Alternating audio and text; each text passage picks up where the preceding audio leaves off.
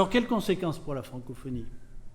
Eh bien, vous devinez que tout ça n'est évidemment pas sans rapport avec les sujets que l'on évoque et que certains d'entre vous connaissent très bien au sujet de la francophonie. D'abord, et je trouve ça heureux, et pas simplement comme économiste, mais comme homme de bon sens, tout simplement, qu'on conçoive enfin que le partage d'une langue, c'est pas simplement le partage d'une langue, c'est pas simplement le partage d'une culture ou d'une histoire culturelle ou de valeurs, c'est aussi désormais dans le monde qui est le nôtre, c'est aussi un facteur de développement économique.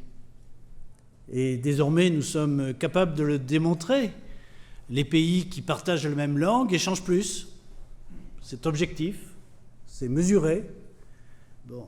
Et on peut même mesurer la contribution au PIB que cela peut apporter.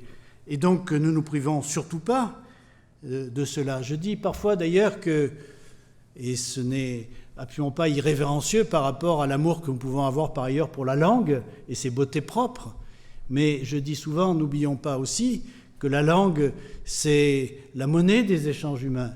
C'est une devise forte. Si nous voulons qu'elle soit une devise forte dans les échanges humains, eh bien, commençons par faire que nos institutions, et en particulier les institutions universitaires, apparaissent comme les puissances fortes. Faisons de notre langue française la monnaie forte des échanges scientifiques et universitaires. C'est ça, évidemment, le grand enjeu qu'il y a derrière. Et ça se fera comment? Ben, ça se fera en montrant justement ce potentiel considérable que représentent en particulier les universités francophones.